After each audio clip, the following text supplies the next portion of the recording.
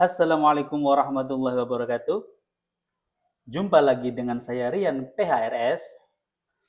Pada kesempatan video kali ini, lagi-lagi saya masih ingin membahas tentang Kisru Nasabah Alawi.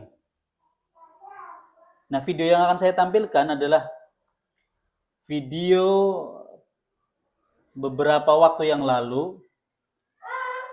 Itu adalah video perdebatan antara kelompok orang yang memfitnah Ba'alawi atau membatalkan nasab Ba'alawi dengan kelompok orang yang justru membela kemuliaan nasab Ba'alawi.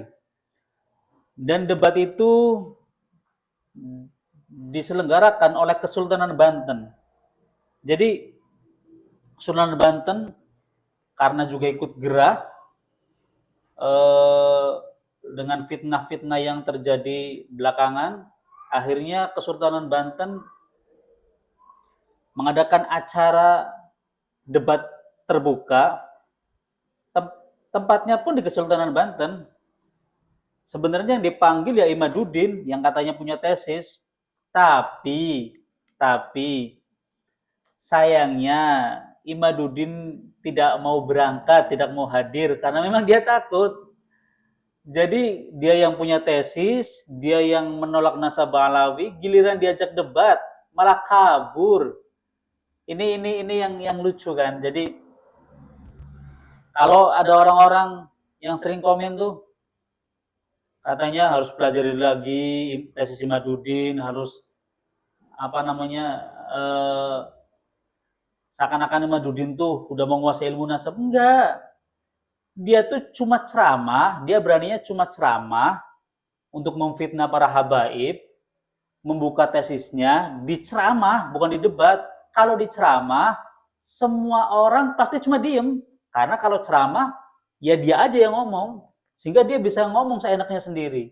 Tapi kalau di acara debat, itu dia nggak berani. Kenapa? Karena bakal ada bantahan yang memang dia nggak berani, tulisan dia salah-salah, gitu loh. Akhirnya apa? Akhirnya dalam acara itu, debat itu, dia mengirim kelompoknya yang dipimpin oleh si Kori itu. Jadi si Kori dan kawan-kawan menjadi pembela Imaduddin. Tapi kita bisa lihat nanti bagaimana hasilnya. Dan kelompok pembela nasab Alawi yang memuliakan nasab Alawi itu kita udah semua tahu lah, ulama-ulama yang luar biasa di Indonesia. Dari Banten itu sendiri ada, terus dari Jawa Timur ada Gus Wafi, Kiai Idrus Romli itu hadir sebagai pembela nasab Alawi. Terus Habib Hanif Al-Attas itu juga hadir. Terus Tubagus Abuya Qurtubi Al-Jailani dari Banten itu juga hadir. Yang namanya Tubagus itu ya, itu sebutan bagi keturunan Wali Songo. Itu Tubagus. Nah, kalau Gus itu sebutan bagi anak dari kiai, itu Gus. Kalau Habib itu dzurriyyah Rasulullah SAW. Jadi di situ seru. Nanti kita bisa saksikan bagaimana videonya. Kita lihat video yang berikut ini. Apa ini? Oh, Kiai Imad. Kiai Imad kenapa nggak hadir langsung, pakai ngirim-ngirim jawaban dari rumah? Itu juga pakai ngirim. Kenapa nggak hadir langsung di sini bicara? Takut mempertanggungjawabkan tesisnya. Kok pakai ngirim-ngirim jawaban? Kenapa nggak datang langsung? Kalau kita sepakat bahwasannya siapa tadi? Ali dan Husain nggak ada, ya. Bukan termasuk anak dari Ahmad bin Isa Al-Muhajir. Berarti Ubaidillah pun sama ya. Nah, selesai malah tesis Kiai Imad selesai. Kalau saja Romo Barok ada Al-Quran, duar, selamat datang di kebenaran. Tenang.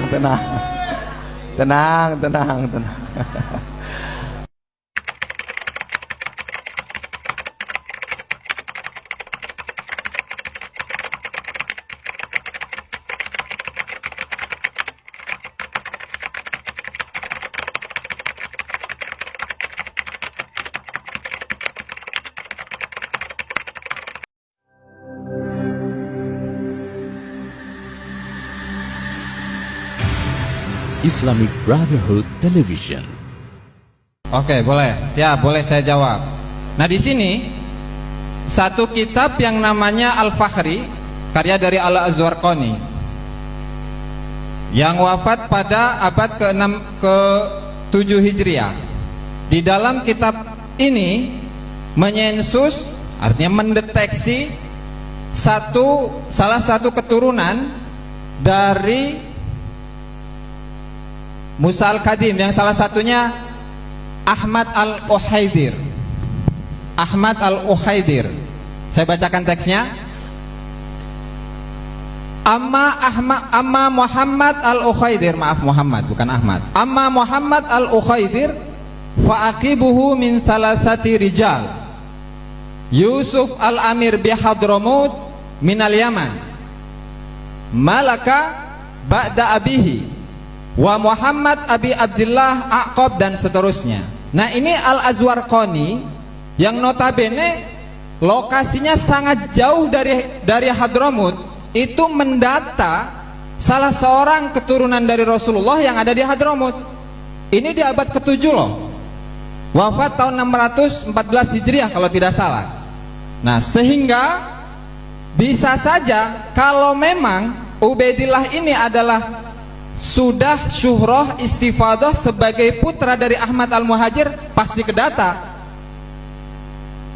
Saya rasa cukup. Baik, langsung jawab. Pertanyaan balik saya, dia mendata keturunan Musa Kadim tadi, tapi menafikan nggak keturunan Ubaidillah? Itu nggak berarti apa-apa. Andai kata kedata satu orang, bukan berarti dia harus tahu semuanya. Ada satu dia tahu. Apakah dia harus? Saya tahu kenal satu orang tuh bagus, Imam Ibrahim di Banten. Apakah saya harus tahu semua sepupu beliau? Apakah saya harus tahu semua keluarga besar beliau? Yang Anda sebutkan tidak mengartikan apa-apa sama sekali. Itu kan yang disebutkan oleh Mahdi Rojaya ala sabilil ghalib. Pertanyaan saya, ada nggak yang menafikan? Seakan-akan Kimat menafikan. Nafi itu butuh dalil. Nanti dijelaskan nih di dalam kitab Bahrul Muhit Imam Az-Zarkashi. Yang namanya nafi itu butuh dalil. Sorry, sebagaimana itsbat butuh dalil. Ada yang nas bahwasanya fulan Ahmad bin Isa nggak punya anak namanya Ubaidillah. Selama tidak ada nas, berarti masih ada kemungkinan. Sedangkan yang menyebutkan tadi Janadi udah terjawab. Iskal Kimat soal Janadi udah terjawab. Itu semuanya Ba'alawi. Udah jelas. Saya kira nggak bisa terbantah lagi itu dan seterusnya. Yang mengitsbat banyak, yang mengakui banyak. Sedangkan ini tidak menyebutkan, ini tidak berbenturan. Ziyadatu thiqah maqbulah. Wa man hafidha hujjatun ala man yahfad. Ketika ada yang menyebutkan, tidak ada yang tidak menyebutkan di sini. Kemudian di sisi lain ada yang menyebutkan, maka berarti yang menyebutkan ini yang jadi hujjah. Yang tidak menyebutkan tidak berarti apa-apa karena nafi butuh dalil. Silakan Kiai. Ya, jadi Kiai Haji Imaduddin menggunakan metode kaidah dalam usul fikih tapi terbalik. Beliau mengatakan an-nafi muqaddam alal mutsbit. Ini kacau. Nah, kenapa? Karena kalau kita melihat di dalam kitab-kitab usulul fikih, justru al-mutsbit muqaddam alan nafi, terutama di dalam hal nasab. Makanya Al-Imam Asy-Syarkashi di dalam kitab Al-Bahrul Muhit fi Usulil Fiqh juz 6 halaman ke-32, beliau ada di abad ke-8 ya. An-nafi hal yalzamhu ad-dalil, al-mutsbit lil hukmi yahtaju lid-dalili bila khilaf. Kalau kita mengisbat maka wajib ada dalil, tidak ada khilaf di antara para ulama. Tetapi wa amman nafi fa hal yalzamuhu ad-dalil ala da'wahu fihi madzahib. Ada beberapa pendapat. Nah, pendapat yang paling sahih beliau katakan di pertama, ahaduha na'am. Wajib ketika beliau kan mengatakan mardud, ya. Mardud nasabnya Ba'alawi itu tertolak, ingkito. Wajib ada dalil dalam dakwahnya. Wajaza ma bihi al-Qaffal wa Sayrafi wa ikhtarahu Ibnu Sabbagh wa Ibnu Sam'ani. Dan ini tidak usah saya terjemah ya, biar cepat ya.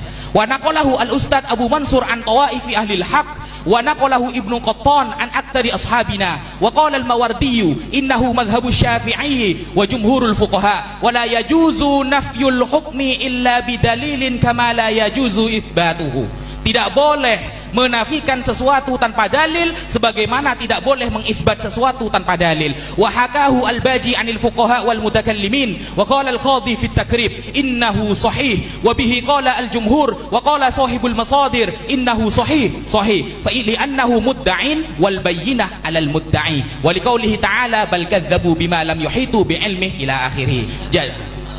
Nah, jadi ketika Kiai Haji Imaduddin menetapkan ingkito mardud, batil. Apa dalilnya?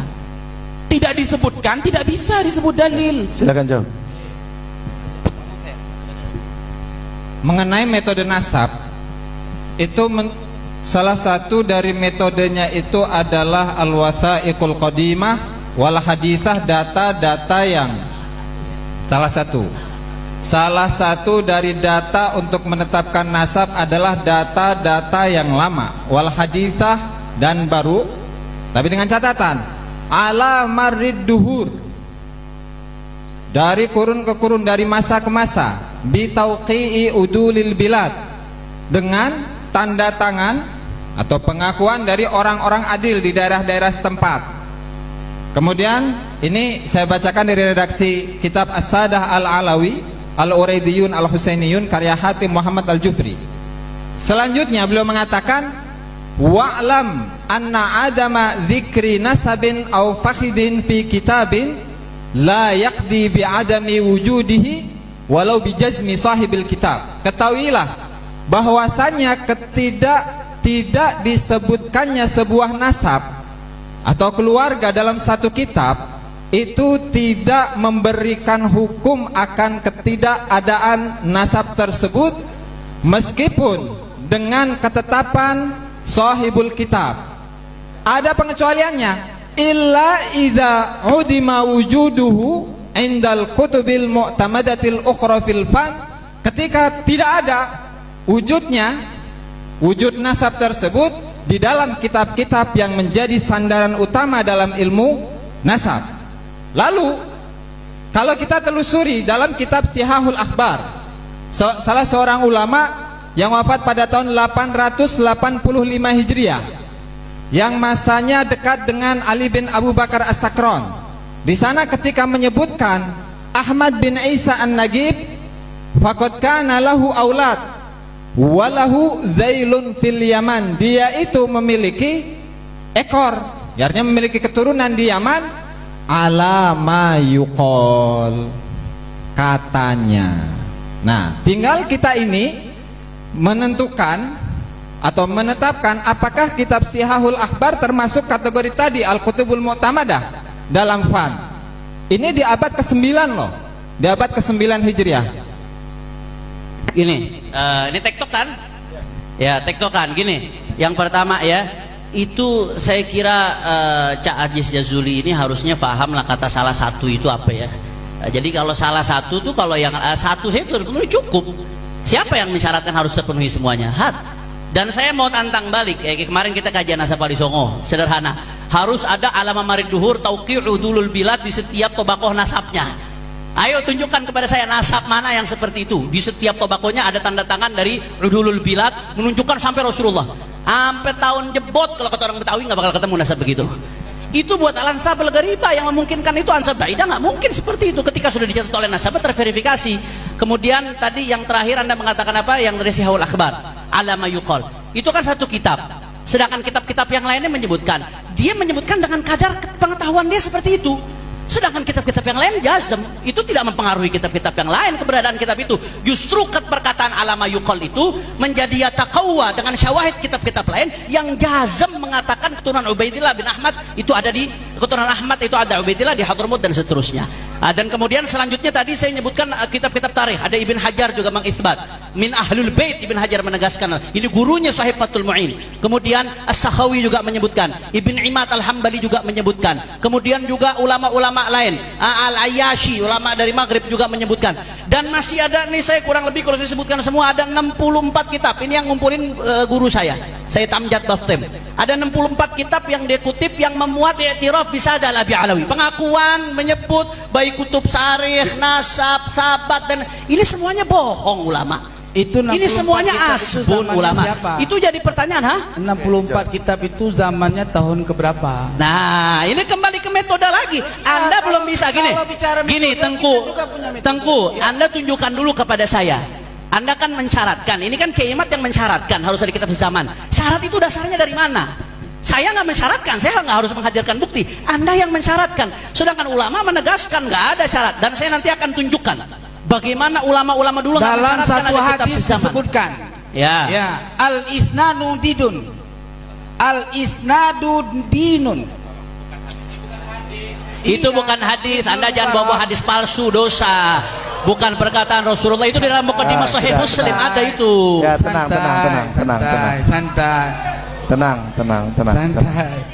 Santai. Itu perkataan Stop. Imam Ibnu Walaupun Mubarak. TikTok, saya mohon mau bicara tuh izin dulu sama. Oh ya, offset berarti. Sebentar. Jadi gini, ketika saya dalam mengungkapkan sesuatu terpeleset lidah, bukan berarti itu saya salah. Ya, jelas. Kita harus tahu itu satu keterangan. Ketika saya menyampaikan sesuatu, saya salah mengibaratkan. Tadi saya bilang hadis, ya, mungkin terlalu cepat saya bicara, itu salah. Tetapi bukan itu yang saya maksud. Yang saya maksud adalah perkataan ulama Ibnul Mubarak di dalam kitabnya, dan perkataan ini bersambung dengan perkataan ulama-ulama ahlul hadis, ya. Bukan di kitabnya itu, Iya. di Sahih Muslim. Ya, tenang aja. Lanjut, Yang penting jawab. benar apa yang diucapkan. Soal maujud di kitab apa itu terserah. Iya. Kalau cara harus isnad kan kita bisa teliti dalam kitab, ya. Nah, apa tadi saya bilang al isnadu dinun. Minaddin, laulal Ya. isnad laqala man syaa basya. Oke, itu tahu. Sekali lagi yang Apa-apa. bersorak saya usir. Bisa tertib. Kita umat Islam beradab. Jangan bersorak seperti itu, ya. Kalau jagoan kalian disorakin juga kalian nggak terima. Semua punya jagoan masing-masing. Itu tahu sampean. Artinya sanad itu adalah bagian daripada agama. Kalaupun saya bilang tidak memakai min, saya punya ibarat yang tidak memakai min, ya. Itu no problem sebetulnya. Yang paling penting murad daripada itu kalimat. Seandainya ada orang berkata sesuatu tanpa sanad, sungguh orang bisa bicara apapun tentang agama ini tanpa sanad. Artinya dengan patokan itu jelas. Soal tuan ini mengatakan bahwa pembahasan apa tadi yang kemarin masalah Wali Songo, ya, ada kitabnya. Tenang aja. Tapi kita tidak bicara soal Wali Songo kan di sini kan, ya. Ada. Itu tenang aja. Oke. Terus pertanyaan siapa tadi? Bang Rumel, ya. Saya belum lanjutkan soal apa as-syajaratul mubarakah, ya. Coba disimak, kasih waktu saya sekira 3 menit. Ya, yang ketiga, tidak diketahui adanya motif subjektif dari penulisan. Yang keempat, ya, tidak diketahui adanya motif subjektif dari penulis atau penyalin, misalnya bahwa penulis dan penyalinnya itu mempunyai permusuhan yang masyhur dengan Ba'alawi, sehingga dapat dicurigai bahwa penulis dan penyalin itu sengaja menghilangkan nama Ubaidillah dalam salinan kitabnya.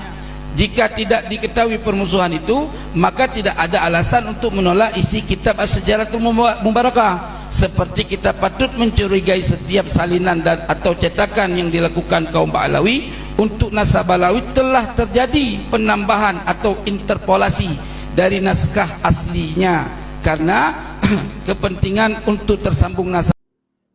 Bagaimana teman-teman? Sudah saksikan kan betapa serunya debat itu? Sebenarnya nggak seru juga sih, karena nggak imbang. Jadi pembela Ba'alawi udah terlalu alim, terlalu pinter, sehingga pemfitnah Ba'alawi sebenarnya dipermalukan. Jadi kalau ada orang yang bilang tesis Imaduddin, yang pertama itu bukan tesis. Yang namanya tesis itu adalah karya tulis, ya, orang yang dalam jenjang pendidikannya itu dalam tingkatan S2, itu tesis. Kalau S1 itu skripsi, gitu loh. Nah, dan tesis itu nggak sembarangan. Tesis itu bisa dihapus sebagai tesis manakala sudah diuji oleh profesor-profesor yang memang berkompeten. Lah ini kan nggak ada yang uji, lalu dia bicara dengan seenaknya tesis apa gitu loh. Jangankan diuji oleh profesor-profesor, diajak debat aja dia kabur kok. Dia cuma beraninya di panggung-panggungnya dia sendiri. Kalau debat dia nggak berani. Jadi bagi yang pembela Imaduddin yang fanatik, pikir. Jadi kefanatikanmu itu menunjukkan kebodohanmu. Udah jelas diajak debat aja kabur. Bagaimana mungkin kau bela? Bagaimana mungkin dia kau anggap alim gitu loh. Kalau dia memang alim, dia memang pintar, dia memang cerdas, datanglah. Ngapain dia kabur? Terus mau dalil apa? Dalil apa? Jadi tolong kita umat Islam jangan sampai terprovokasi oleh orang-orang yang tidak bertanggung jawab. Ya contohnya ini, diajak debat, katanya mau berani debat, saya akan itu debat 3 hari 3 malam. Apa gitu loh? 3 hari 3 malam orang debat di Banten. Katanya di itu kampung halamannya Banten kok. Dia nggak usah ngeluarin ongkos ke luar kota, aja dia kabur kok. Debat 3 hari 3 malam. Apa gitu? Udahlah, tolong kita umat Islam cerdas, nggak usah terpengaruh oleh begal-begal nasab. Kita sudahlah, ajaran Ahlussunnah wal Jamaah itu mencintai ulama dan habaib, sehingga apabila ada orang yang ingin merusaknya, merekalah orang-orang perusak Islam itu sendiri. Oke, itu aja dari saya. Semoga ini bisa mencerahkan. Assalamualaikum warahmatullahi wabarakatuh.